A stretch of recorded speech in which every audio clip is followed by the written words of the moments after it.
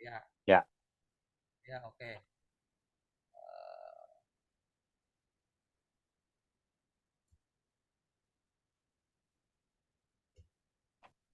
Mana ini suaranya? Bentar, bentar. Biasanya dua nih aneh nih. Udah kalau dah Iya, iya, iya. mau, Oke. sudah mau ya. Ya, Assalamualaikum warahmatullahi wabarakatuh. Saudara Waalaikumsalam Fahri warahmatullahi wabarakatuh. Ansyah, dosen Iya, UIN Pak Andi. Banjarmasin. Dan Iya. saya Cakra Bintang dalam apa namanya nama di Radio RRI ya. Jadi sebagai praktisi Oh ya hukum ya dan ya. pengamat sosial budaya juga penulis di Kalimantan Post. Oh, Kalimantan Pos ya. Ya, Kalimantan Post. Jadi Iya. Saudara Fahriansa kita bertemu dalam jam ini kita membicarakan tentang titik temu antara hukum Islam dan ya hukum positif di Indonesia. Itu Iya ya. sebenarnya antara hukum Islam dan hukum-hukum lainnya itu ada titik temunya ya, jangan sampai bertabrakan di Indonesia ini kan. Jadi di Indonesia ini Iya. sebenarnya hukum Islam itu sudah diakui dalam pasal 29, apalagi dalam pembukaan Undang-Undang Dasar 45 itu ilhami oleh innallah yang murbil adli wal ihsan, artinya berbuatlah beri kemanusiaan dan keadilan, ya kan, beri kemanusiaan dan beri Iya iya iya. keadilan. Dan juga di situ pada Piagam Jakarta bahwa apa namanya menjalankan syariat bagi pemeluk-pemeluknya itu sebenarnya merupakan bagian dari Piagam Jakarta. Namun akhirnya dalam hanya ke Tuhan dan Yang Maha Esa. Namun dengan sejarah tersebut bahwa hukum Islam ini ada payung hukumnya ya di Indonesia. Jangan sampai seperti kita lihat akhir-akhir ini kan nampaknya pendapat-pendapat orang Islam itu jadi terasing di negaranya sendiri begitu. Nah, sedangkan mereka Iya iya iya. berdasarkan hukum Islam seperti Gus Nur, kemudian Bambang Tri, kemudian Habib Rizik dan sebagainya. Padahal semestinya ada titik temunya ya kan. Titik temunya itulah sebuah jembatan yang itu eh, eh, jembatan itu ya komunikasi, ya kan? Iya iya. Komunikasi Iya iya, penghubung. betul betul. Karena di dalam Al-Quran sendiri bahwa ahli surga dan ahli neraka itu bisa berkomunikasi gitu loh. Jadi kata ahli Hmm. neraka, kok bisa saya masuk neraka pada Anda dulu teman saya. Nah itulah karena ada hal yang mungkin mereka simpan dan Allah Maha mengetahui. Dan sudah di dalam surah Ar-Rahman juga, Ar-Rahman nama Al-Quran kalau insan bayan bahwa Ar-Rahman alam Al-Quran mengajarkan Quran, menciptakan manusia, alamul bayan artinya mampu berkomunikasi atau berbicara, artinya sesuai dengan urutannya Ar-Rahman alam Al-Quran mengajarkan Quran, kemudian kolakol insan, kemudian alamul bayan artinya Iya sesuatu iya itu iya. pasti ada penghubung dan ada jembatannya begitu kan. Jangan Iya sampai iya iya. orang-orang Islam itu menjadi rasing di anunya sendiri, apa namanya, Negeri sendiri. negerinya sendiri begitu. Nah, jadi ini saya Iya iya. membawa Quran. Nah, ini saya berhubungan dengan hal yang berhubungan dengan ya bukan dari Al-Quran ya, dalam hal salah satu hal yang masih jadi pembicaraan masalah mubahalah. Di sini dia Hmm. menyebutkan Ali Imran ayat 61 ya, 61. Iya iya Jadi betul betul satu. paman hajaka fihi mimba di maja Min ba'di akaminal ma ilmi ja'aka minal fakul ilm.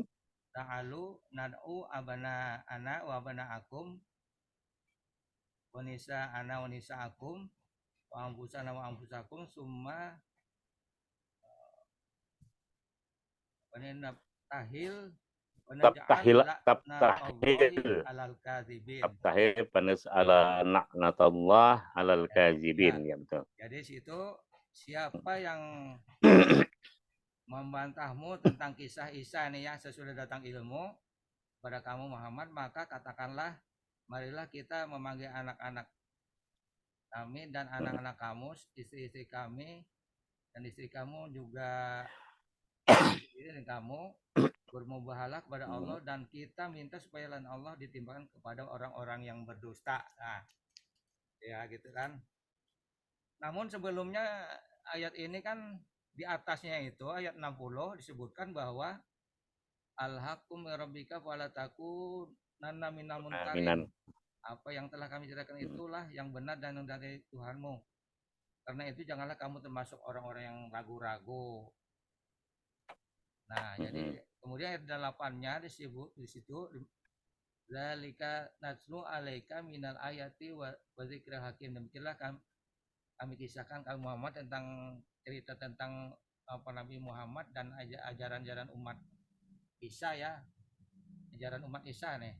Bukan Nabi Isa-nya, bukan ajaran Nabi Isa. Kami membacakannya kepadamu sebagai dari bukti-bukti kerasulannya dan membacakan Al-Quran yang penuh hikmah.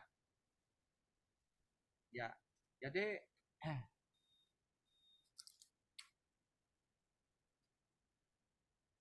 jadi di situ di ayat 59 juga ya, sebelum 61 nih. 61 ini kan bahasa mubahalah nih.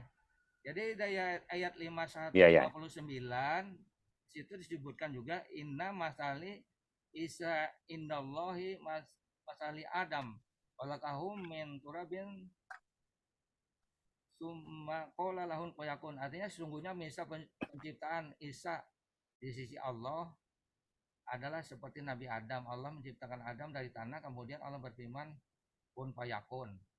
Nah, itu sejarah yang sebelum ayat 61 ya. Nah, kemudian kita lanjut ayat 61 setelahnya. Jadi setelahnya itu ayat 62, sesungguhnya ini adalah kisah yang benar dan tak ada Tuhan selain Allah dan sesungguhnya Allah dialah yang maha perkasa lagi maha bijaksana. Jadi yang ayat 64-nya ya, ini terjemahannya, ahli kita marilah kita kepada suatu kalimat ketetapan yang tidak ada perselisihan antara kami dan kamu bahwa kita tidak sembah kecuali Allah dan tidak kita persekutukan dia selain sesuatu pun dan tidak pula sebagian kita menjadikan sebagian yang lain sebagai Tuhan selain daripada Allah. Nah, ini mencari titik temunya. Jadi sebenarnya Allah mengajarkan satu ilmu aja ya, satu tauhid. Nah, di sini. Jadi intinya semua syariah Islam itu kan kemudian menjadi akidah dan syariah itu intinya tauhid juga di atas ya. Jangan kita terperangkap dengan masalah ini lalu kita tidak membicarakan tauhidnya. Jadi masalah tauhid.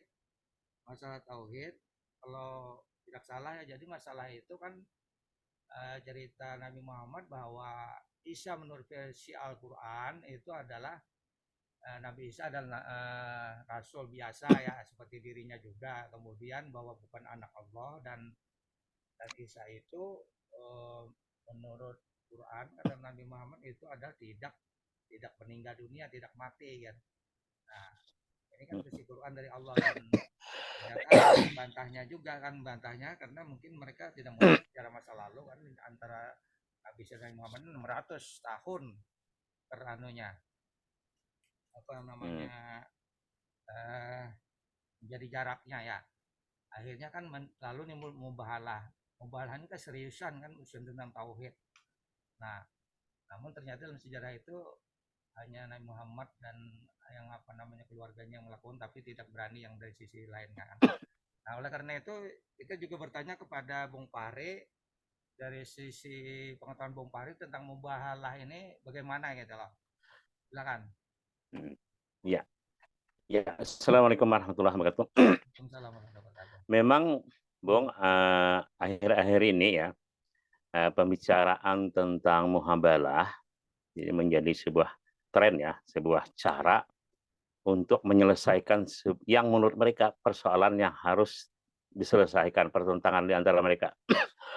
Jadi kita harus pahami dulu sebenarnya mubahalah itu ya dapat kita pahami dalam memahaminya dulu ya dari segi dilalah atau ayat Qur'annya.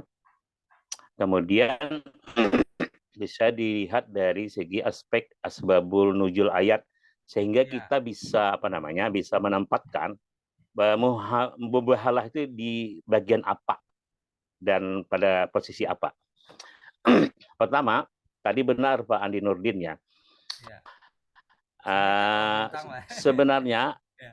oh mohon maaf, jadi Cakra Bintang ya. Cakra Bintang. Nama mengudara.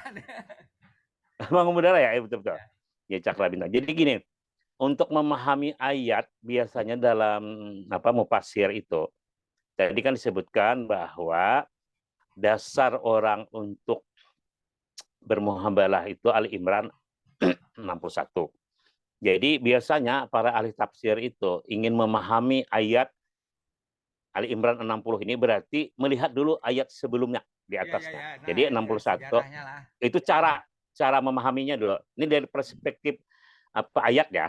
Jadi kalau kita melihat sebuah ayat jadi kalau ada 61 berarti kita bicara ayat sebelumnya, baik ayat 60 maupun ayat 59 ya, dari Ali Imran.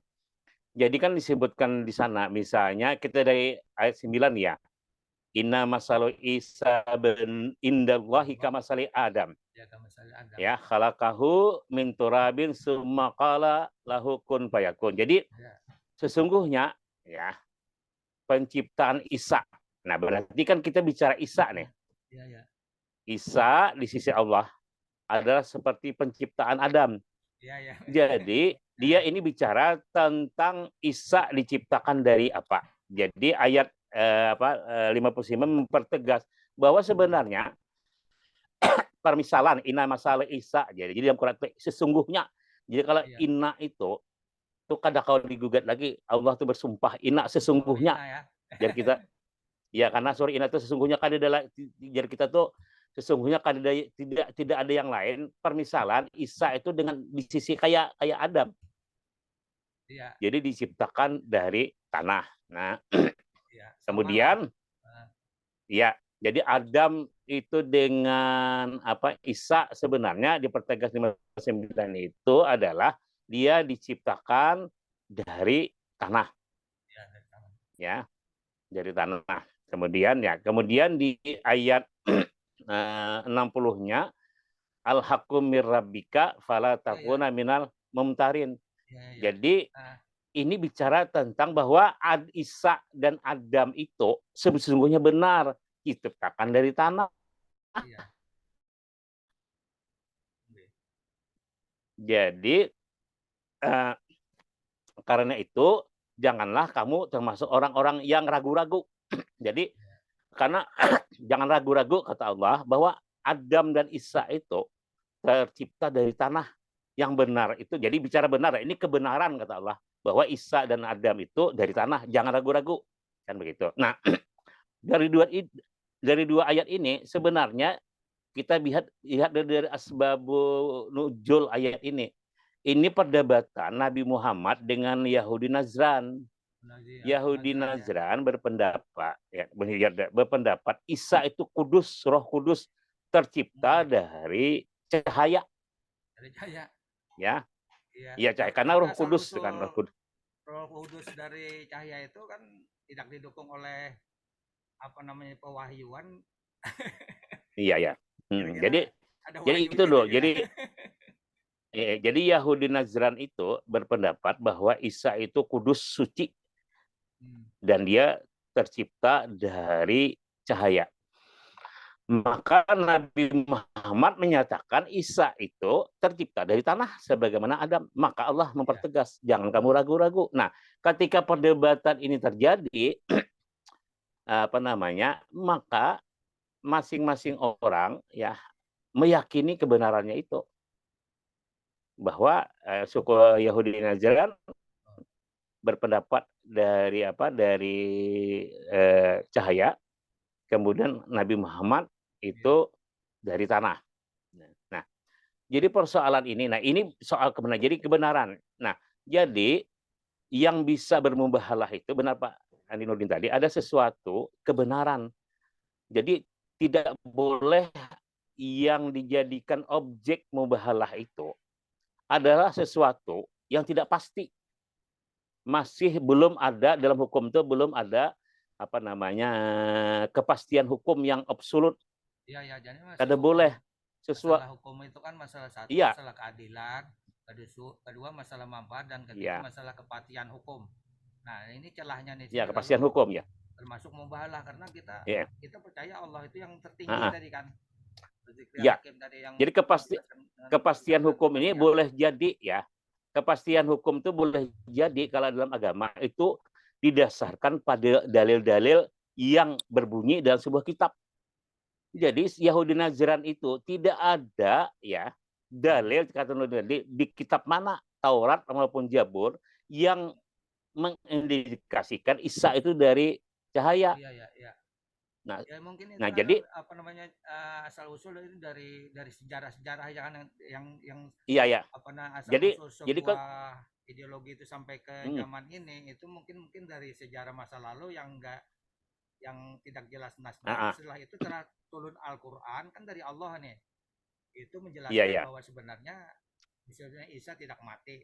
Sedangkan mereka itu Nah, turun dikatakan bahwa Isa ini tidak mati. Nah, ini kan sebuah pertentangan. Nah, nah, oleh karena iya itu ya. Nabi Muhammad kan merasa tertantang. Nah, ini kira-kira menyebabkan Iya mubahalah ya. gitu lah kira-kira. Ya, jadi mubahalah itu harus pasti barang yang dimubahalahkan ya, objek maksud saya. Jadi kepastian hukum itu baik bersumber kepada dalil-dalil agama maupun bersumber kepada keputusan pengadilan, Iya, iya. ya. Jadi ada keputusan pengadilan yang menyatakan bahwa sesuatu barang ini yang benar A, kan gitu. Itu boleh menjadi objek apa mubahalah. Kemudian atau sesuatu yang diperdebatkan itu dalilnya itu jelas baik berdasarkan kalau keagamaan berdasarkan apa ayat-ayat Al-Qur'an atau misalnya kitab-kitab suci agama-agama. Nah, atau berdasarkan keputusan pengadilan. Jadi kalau sesuatu yang masih diperdebatkan maka tidak bisa menjadi objek mubahalah. Ya, ini harus harus jelas. Jadi sesuatu yang masih dipertentangkan maka kan tidak boleh menjadi objek mubahalah. Misalnya ada suatu kasus dan kasus itu belum ke ranah pengadilan dan belum diputus oleh hakim, kan boleh itu menjadi mubahalah, objek mubahalah. Karena dia apa masing-masing bersengketa itu kan bersumpah demi keadilan hukum di pengadilan masih. Jadi tidak karena beda, jadi ada kesaksian di atas sumpah di pengadilan. Jadi sepanjang itu masih di pengadilan tidak bisa menjadi objek mubahalah karena Dan dia di ini juga pengadilan. Bung Fahri ya. Jadi di Nah, dalam sebuah pengadilan itu memang ada sumpah, tapi nampaknya bukan sumpah mubahalah ya, seperti saksi-saksi itu kan iya, sumpah bisa. dengan nama Allah akan menerangkan yang sebenarnya dan tidak lain yang Iya, sebenarnya. Tapi bukan mubahalah namanya. Karena yang namanya beban mubahalah ini malah. Coba artinya karena saksi di atas diturunkan, sumpah. ya, menurunkan anak-anak istri Ah, sendiri, bila kami ini berbohong iya. laknat Allah pada kami. Nah, seperti Hmm. yakinan kan. Nah, Dan itu waktu zaman Nabi Muhammad kan jadi itu dilakukan mereka aja dan musuhnya tidak berani, dan berarti mereka masih ada iya, iya. keraguan juga tentang keyakinan mereka sendiri gitu. Nah, Nah iya, iya. sekarang kalau kita Jadi ada orang menyatakan, hmm, kaitkan dengan saya jelas masalah dulu ya. Bambang Tri ini ya, Bambang Hmm. Tri ini kan Oh, Bang Menteri. waktu itu kan masalah, dan ini memang masalahnya ini terjadi di Indonesia nih zaman ini aja, Hmm. zaman globalisasi kan, zaman milenium ketiga, Nah, karena dalam milenium ketiga ini banyak hal penemuan-penemuan tentang, artinya ditemukan bahwa digit apa namanya Al-Qur'an yang sampai komputer itu sampai hmm. 10.051 digit bisa ya. Jadi Al-Qur'an itu dari huruf alif sampai huruf A itu dijejer. Misalnya Al-Baqarah berapa hurufnya, mulai susun aja sampai terakhir itu Hmm. sampai sejuta apa namanya 27.000 huruf itu ada disusun, dan itu dikali ini itu zaman sekarang tahun milenium ketiga itu bisa terpecahkan karena komputer sekarang ini bisa 10.051 digit. Nah, bukan hanya 2 digit ya. Jadi huruf Al-Qur'an tuh dibalik ke sana Hmm. kembali, dikali sana sini, karena Al-Qur'an kan bukan mujizat nih, mujizat rasul yang Iya, terbesar. ya. Dan itu dapat dianalisa zaman sekarang karena dalam surat 1 ada disebutkan wasal ta'lamu naba'ahu ba'dahin, kamu akan mengetahui setelah satu masa. Nah, itu menurut Kiai Haji Pamibasa ya, zaman ini milenium ketiga ini Al-Quran itu Heeh. begitu canggih, bahkan alif lam mim pun ditafsirkan dia dengan Ka'bah. Nah, jadi zaman sekarang ini justru zaman yang akhirnya seperti mubahalah ini diperlukan juga gitu. Karena pada waktu yang terjadi di Indonesia tadi yang Nah, masalah ini, masalah gugatan Bambang Tri ya. Bambang Tri iya ini iya. nggak pernah dilakukan orang lain, ini zaman ini aja, zaman Linem ketiga, Bambang Tri ini buat Heeh. presiden gitu. Nah, ini yang justru perangkat hukum di Indonesia ini sebelumnya tidak pernah ada, mungkin belum siap juga kan. Nah, karena Iya dia iya. menulis berdasarkan disertasi, katanya akhirnya Gus Nur yang sering mubahalah tentang sebuah keyakinan bahwa dia ini benar-benar ingin menyesuaikan secara Islami, diundang Bambang Tri ini ke dalam, seperti kita nih juga, seperti podcast kah. Iya iya. Kamu ini benar-benar kan ini mengangkat gugatan kepada Presiden RI ini. Kata Gus, saya benar. Iya Kalau iya iya. sedangkan kita ini meragukan, lalu akhirnya bagaimana kalau kamu mubahalah? Siap aja ya. Artinya dengan mubahalah ini bahwa ini saya ini sungguh-sungguh melakukan kebenaran, bahwa saya menuduh dengan artinya ada alasan-alasan hukum yang bisa dibenarkan hukum, dan bila saya ini artinya mencari-cari cara atau memfitnah, artinya boleh mungkin lakukan Allah pada saya terima aja, artinya kesungguhan. Jadi mungkin dalam hal ini mencari kepastian hukum aja, ya kan. Tapi bagi Iya iya iya. orang yang masyarakat lain mengira itu kita mempermainkan agama, dan seakan-akan kan apa namanya membuat ketidakpastian dan apa namanya keonaran ataupun melecehkan Al-Quran. Yang melecehkan Al-Quran jadi itu kesungguhan. Nah, dalam arti yang semua tahu saya dalam sebuah pengadilan kan, kalau seseorang nih sesuatu memfitnah yang jelas, misalnya tentang perzinahan, mungkin suami mengatakan bahwa saya menuduh istri Mhm. saya dan saya siap dilaknat Allah. Nah, istrinya juga bisa Iya aja iya iya. menandingi dengan mubahalah bahwa saya juga tidak benar dengan dituduhkan suami saya juga berdusta, maka saya siap dengan laknat Allah. Jadi setelah itu bebaskan mereka ini karena kan sudah yakin ya. Nah, tapi kalau dalam Iya iya. kasus Bambang Tri ini dia memulai Bambang Tri, ya. sendiri aja gitu. Nah, karena Iya yang iya iya, betul betul. tantangannya mungkin tidak yakin atau bagaimana. Nah, ini akhirnya kan dikatakan, ada yang mengatakan ini membuat keresahan dan apa namanya dikatakan Iya iya, sebagai betul. apa namanya penistaan agama, lalu mereka ditangkap tapi justru diadili. Nah, diadili mereka tetap mengatakan, Mhm. artinya tuduhan mereka tentang tuduhan itu mereka laksanakan, maka terjadilah persidangan yang terjadi di Solo, dan kuasanya itu kan, Mhm. kuasa pengacaranya itu adalah Egy Sujana dan Fauzi Nurdin. Jadi Egy Sujana ini adalah mengatakan dirinya sebagai tim pembela ulama dan aktivis. Nah, katanya saya kalau kayak Gus Nur, ulama saya bela. Kemudian Bambang Tri, kalau dia mencari Nah, ya. kebenaran, kayak saya bela juga katanya. Jadi dia ini punya alasan untuk membela itu bukan karena ingin cari nama, tapi memang sudah menyiapkan diri bila ada ulama dan aktivis yang berkenaan masa-masa hukum Islam, dan ini kan jadi tabrakan, dia siap untuk maju. Nah, jadi itu mereka lakukan, dan itu sebenarnya mubahalah mereka Bambang Tri itu hanyalah mubahalah untuk kepastian hukum aja, artinya kepastian bahwa saya sungguh-sungguh melakukan gugatan saya Iya ya. ini dan saya tidak main-main gitu. Nah, jadi kalau Bung Fahri melihatnya ini abahnya kita kan mencari jembatan nih, jembatan antara Iya ya, hukum betul. satu sisi hukum Islam dan hukum positif bertabrakan. Sebenarnya Bambang Tri dengan mengatakan itu biasa aja bergaul Islam, cuma bagi yang lain ini yang Iya. tidak mengerti lalu bersifat yang bikin tadi penistaan agama dan sebagainya. Nah, jadi Iya ya.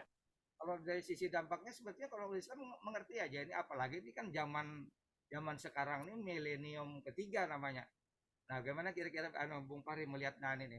Ini persidangan yang Ya, begitu jadi menarik juga di Indonesia, di Solo ini.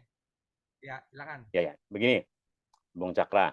Jadi memang sebenarnya relasi hukum Islam dengan hukum positif dulu ya, pada saat perjuangan maupun dalam kemerdekaan tidak menjadi persoalan, karena sebagaimana kita ketahui bahwa boleh jadi ya Islam ya, ajaran Islam yang dijadikan anutan masyarakat menjadi sebuah hukum adat dalam ini ya, hukum adat. Jadi ajaran Islam yang diamalkan. Ini bukan ajaran Islam ya, ajaran Islam yang diamalkan oleh manusia. Ya, di masyarakat kita menjadi misalnya di Padang ada namanya adat bersendikan suara, itu adat dan itu dihargai dalam sebuah negara. Hanya akhir-akhir ini ya kita ketahui memang dalam penegakan hukum, ini kita bicara penegakan hukum lah, dalam penegakan hukum di Indonesia, nah dalam penegakan hukum di Indonesia ada problem politik di dalamnya. Sementara dalam dinamika politik ada problem hukum di dalamnya. Jadi ada problemnya. Jadi ketika yang ingin saya bicarakan dengan Pak Ari, bahwa kalau kita dalam dimensi hukum itu kita berbicara hukum yang secara standar aja gitu. Nah, apabila ada hal yang bernuansa politik dan itu dalam aturan kita bahwa dalam penalaran kita itu hal-hal yang tidak diperlukan, justru di sini kita akan membicarakannya akan lebih jauh. Ya, jadi hukum ini kan berdasarkan dari kesepakatan orang nih yang menciptakan hukum, dan itu berarti sudah diakui. Iya, betul. Bila ada dimensi hukum yang nampaknya aneh dan ragu-ragu, itu hukum itu bisa kita pelajari, kan bila tidak diperlukan dibuang aja pas-pasalnya gitu. Nah, iya betul. Itulah yang saya sebut tadi, bahwa sebenarnya di Indonesia ini ketika kita melakukan penegakan hukum ada problem politik. Apa problem politiknya adalah bahwa ketika melihat sebuah sebuah persoalan atau sebuah kasus, ya kita itu baik penegak hukum itu ada problem-problem karena ada intervensi dari kekuasaan kelihatannya, sehingga ada problem politis di situ. Ada problem politis karena penegakan hukum itu ternyata terpengaruh kepada para politisi karena misalnya Mahkamah Agung atau Kejaksaan itu kan sebenarnya di presiden kan itu kan berhubungan dengan jabatan politis. Nah, jadi itu kemudian juga kita ketahui ya, di bidang politik pun ya kita ini mengalami problem hukum. Bagaimana kita kesaksikan misalnya ya pemilihan presiden 2 kali atau 3 kan jelas pasti sudah di undang-undang itu pasti, tapi di politis ada problem hukum, ingin merubah, jadi ingin mengotak-atik yang sebenarnya hukum itu jelas sudah. Kan itu problem sudah jelas, tapi karena ada jadi di dunia politik yang sebagai misalnya DPR ya yang melahirkan produk hukum, ternyata ada problem hukum di situ, artinya mereka ingin mengotak-atik hukum yang ada. Jadi, saya kira ya negara kita kan berdasarkan hukum ya. Ini kan juga saya dalam praktisi hukum atau pengacara itu ya masalah itu. Jadi kan kita perbantuan hukum Islam di Indonesia ini ya seperti Gus Nur, dengan berdasarkan agama Islam kan penjara. Namun seperti Habib Rizik juga di mengatas Islam. Padahal kan mestinya ada payung hukum menjembatani. Nah, jadi seperti Rocky Gerung kan nggak kena, Rizal Ramli tidak kena, kemudian seperti Ade Armando keras-keras juga ya nggak masuk. Tapi kalau orang mengatakan namakan Islam dan hukum Islam, sedang membalas mereka ditangkap. Ya, dan ini artinya orang Islam yang ada di Indonesia ini merasa terasing di negaranya sendiri gitu. Nah di sini kita mencari jembatannya atau komunikasi ya, bahwa Islamnya sebenarnya menaungi semuanya, artinya kan biasa-biasa aja dianggap sebagai pendapat aja lah, jangan sampai terkesan bahwa seakan-akan orang Islam ini tidak mengerti hukum Islam dan hukum di Indonesia, padahal mereka mengerti. Nah, itu dari jadi kita antara politik dan hukum itu kadang-kadang pendapat saya seperti dua sayap burung ya, itu saling betul mengimbangi gitu. Nah, padahal kan setiap warga negara bersamaan di dalam hukum dan pemerintahan dan wajib menjunjung hukum itu tanpa kecuali. Nah, itu pasal 27 Undang-Undang 45 yang masa lalu kan. Artinya ada undang-undang menjamin. Cuma kasus-kasus seperti Usman Babang Tri ini lalu terjadi gitu. Nah, jadi padahal sudah payung hukumnya ada, setiap warga negara bersamaan di dalam hukum dan pemerintahan. Seperti Bill Clinton digugat oleh Monica Zelensky dalam perdata pelecehan seksual, mereka hadir aja Bill Clinton gitu. Nah, bahkan pemazulan Donald Trump 2 kali dalam 2021 nih, pertama dimajulkan tidak terbukti, lepas juga Donald Trump. Yang kedua kan dimajukan lagi tentang apa namanya akan rebutan kekuasaan baru apa namanya dapat dikalahkan Donald Trump sehingga majulah Joe Biden. Nah, Indonesia ini kadang-kadang kita toleransi begitu tinggi terhadap presiden nggak pernah dihukum, mestinya dihukum aja, tapi kita kan hukumnya tuh hukum apa namanya hukum bersalah aja lah, bisa laporan bertanggung jawab itu tidak diterima kan, itu kan nggak apa-apa presidennya dihukum dia apa tidak dihukum seperti manusia biasa, cuma tidak diterima aja gitu kan, nggak hukuman juga. Tapi nampaknya kita di Indonesia ini kendornya menegakkan pengamatan Bung Fahri gimana terhadap yang pimpinan-pimpinan gitu loh. Kita artinya tidak seperti biasa kalau orang biasa kan dihukum penjara. Ya, mereka itu dihukum artinya tidak diterima itu sudah terhukum mestinya pelaporan tanggung jawaban dan 5 tahun dan itu tidak terjadi. Ini gimana menurut Bung Fahri? Halo?